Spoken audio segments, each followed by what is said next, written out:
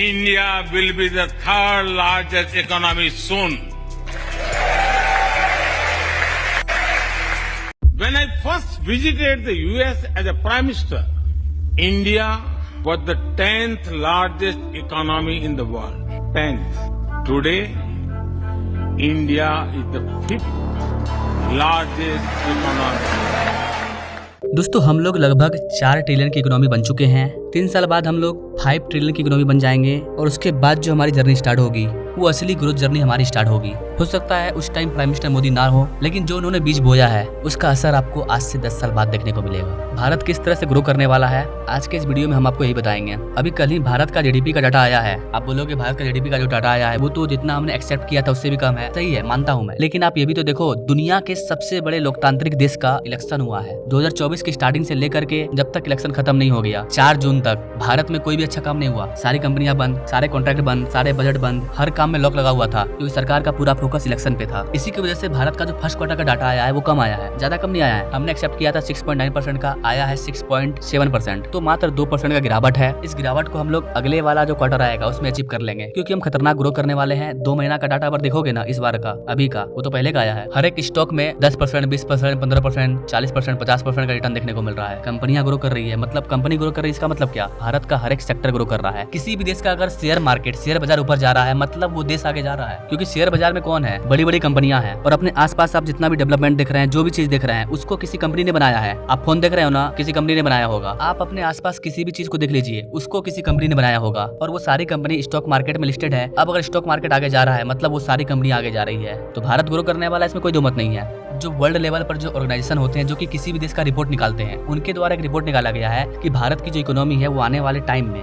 मतलब 2047 के बाद 55 ट्रिलियन की हो जाएगी। मान लीजिए 2050 तक ही, 2050 तक अगर भारत की इकोनॉमी 55 ट्रिलियन की हो जाती है तो भारत का हर एक व्यक्ति हर महीना लाखों रुपया कमाएगा। निश्चित है भारत 55 ट्रिलियन की इकोनॉमी बनेगा, ऐसा कोई भारतीय आदमी बोलता तो गलत मान सकते थे, लेकिन दुनिया का सबसे बड़ा ऑर्गेनाइजेशन IMF, उसके द्वारा ये बात बोला जा रहा है कि भारत 55 ट्रिलियन की इकोनॉमी बन जाएगा। तो इस पॉइंट में दम है और इस चीज को न केवल भारत बल्कि दुनिया के सभी कंट्री का इस चीज पर फोकस है। तो भारत का जो जीडीपी 2% कम आया है उसके लिए कोई घबराने की जरूरत नहीं है, क्योंकि अगर आप बाकी दुनिया के सभी कंट्री का डाटा देखें ना, वो हमसे लाख गुना नीचे है। चाइना का जो ग्रोथ रेट आया है वो 5% है और अमेरिका का तो 3% भी नहीं है, तो बाकी कंट्री से हम काफी आगे हैं। 2047 जब आजादी के 100 साल होंगे, आजादी के दीवानों के सारे सपने पूरे करने का जिम्मा उठा करके चलना होगा। भारत को अगर 2047 तक डेवलप कंट्री बनना है तो हमें 3 चीज पर ध्यान देना पड़ेगा। हर क्वार्टर का ग्रोथ रेट, इन्फ्लेशन और जो हमारा करेंसी है रुपया, इंटरनेशनल लेवल पर उसकी वैल्यू बढ़ना चाहिए। अगर भारत के एवरेज ग्रोथ रेट की बात करें तो 2000 पहले भारत की एवरेज ग्रोथ रेट 5.7% थी। 2000 से लेकर के 2010 तक 6.3% थी और 2010 से लेकर के 2020 तक 6.6% थी। लेकिन 2020 के बाद, स्पेशली कोविड-19 के बाद से हम ऑन एन एवरेज 7.5% का ग्रोथ रेट दिखा रहे हैं। लेकिन क्या इससे हम डेवलप कंट्री बन जाएंगे? जो एक्सपर्ट्स का मानना है वो ये है कि भारत अगर 6% के ग्रोथ रेट से आगे बढ़ेगा तो वो 2029 तक 5 ट्रिलियन की इकोनॉमी बन जाएगा और 2040 तक मात्र $10 ट्रिलियन की इकोनॉमी बन पाएगा। लेकिन अगर अपना प्यारा भारत 7 से 8% का ग्रोथ रेट दिखाता है तो 2027 में ही हम लोग 5 ट्रिलियन की इकोनॉमी बन जाएंगे। 2040 ना जाकर के 2033 में ही हम लोग 10 ट्रिलियन की इकोनॉमी बन जाएंगे और 2047 तक भारत $30 ट्रिलियन की इकोनॉमी बन जाएगा। इसमें कोई डाउट नहीं है, ऐसा प्रेडिक्शन किया गया है कई सारे एक्सपर्ट्स के द्वारा। तो IMF के द्वारा बोला गया 55, उसको भूल जाइए। अगर हम लोग ऑन एन एवरेज बात करें, अगर भारत $30 ट्रिलियन की इकोनॉमी भी बन जाता है ना 2047 तक, तो ये इकोनॉमी चाइना के वर्तमान इकोनॉमी से डबल होगा। चाइना अभी 17-18 पर है, हो सकता है कि चाइना आगे जाकर के 30 तक पहुंचे। अगर भारत को चाइना को पीछे छोड़ना है तो हमें अपने ग्रोथ रेट को और बढ़ाना होगा। ग्रोथ रेट तभी बढ़ेगा जब ईमानदारी से सही तरीके से काम होगा। जिस तरह से 2022-23 में हुआ है उस तरह से जितना ज्यादा इंटरनेशनल लेवल पर इन्वेस्टमेंट भारत के अंदर आएगा, भारत उतना तेजी से ग्रो करेगा। गाइस आपको बताना चाहेंगे कि भारत को कंजप्शन बेस्ड इकोनॉमी कहा जाता है। भारत में जितना भी चीजों को हम लोग बनाते हैं उसका 59% यूज हम लोग खुद कर लेते हैं, क्योंकि हमारी जनसंख्या काफी बड़ी है। इसके अलावा हमारे जीडीपी में 27% का रोल इन्वेस्टमेंट का प्ले होता है। तो भारत को अगर और ग्रो करना है तो हमें इन्वेस्टमेंट को और ज्यादा बढ़ाना होगा। इसे कम से कम 27 से 50 पे लाना होगा, तब हमें कोई नहीं रोक पाएगा 2047 तक $30 ट्रिलियन की इकोनॉमी बनने से। हमारे भारत में इन्वेस्टमेंट तभी आएगा जब हमारा बुनियादी ढांचा, हमारा इंफ्रास्ट्रक्चर सही होगा। जब हम इंफ्रास्ट्रक्चर की बात करते हैं तो अधिकतर लोगों के मन में पहली तस्वीर सड़कों या फ्लाईओवर की हो जाती है। ट्रांसपोर्ट इंफ्रास्ट्रक्चर के विकास पर आज भारत जितना काम कर रहा है उतना पहले कभी नहीं हुआ। और यही कारण है कि सरकार 10 साल से सिर्फ भारत के इंफ्रास्ट्रक्चर को बिल्डअप करने के लिए पैसे को पानी की तरह बहा रही है, क्योंकि जब तक ये कंप्लीट नहीं होगा तब तक आपके शहर, आपके गांव में इन्वेस्टमेंट नहीं आने वाला है।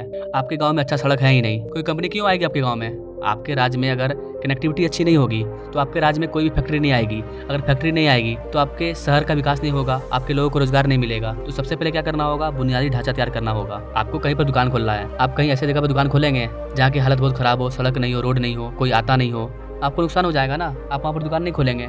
ठीक वैसे ही कोई फैक्ट्री है, वो उसी जगह पर जाएगी जहाँ पर उसको फायदा होगा, जहाँ पर उसको हर एक चीज़ मिलेगा, जहाँ पर कनेक्टिविटी अच्छी हो, जहाँ पर लोग आते हो।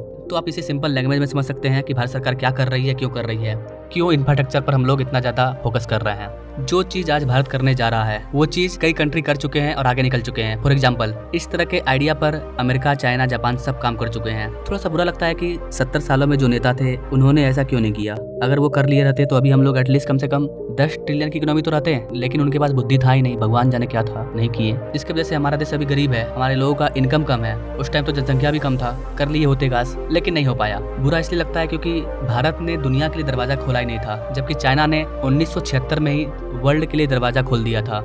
और जैसा कि मैंने आपको बताया, वर्ल्ड के लिए दरवाजा खोलने के बाद 30 साल बाद आपकी कंट्री ग्रो करना स्टार्ट कर देती है। तो भारत में ये वाला दरवाजा 1990 के बाद से खुला है, तो हमें 30 साल का टाइम लगेगा और अब वो टाइम आ चुका है, अब भारत ग्रो करेगा। जापान ने 1980 से 1990 के दौरान ये चीज कर लिया था। साउथ कोरिया ने 1990 से 2000 के दौरान इस चीज को कर लिया था। आज देख लीजिए कोरिया कितना आगे है, BTS के लिए जाना जाता है कोरिया को, और कोरिया कितना आगे निकल चुका है ये आप गूगल पे सर्च कर लेना। वही चाइना ने 2000 से लेकर के 2010 के बीच में इस चीज को किया था। क्या किया था? अपने GDP ग्रोथ को 7 से 8% तक रखा था।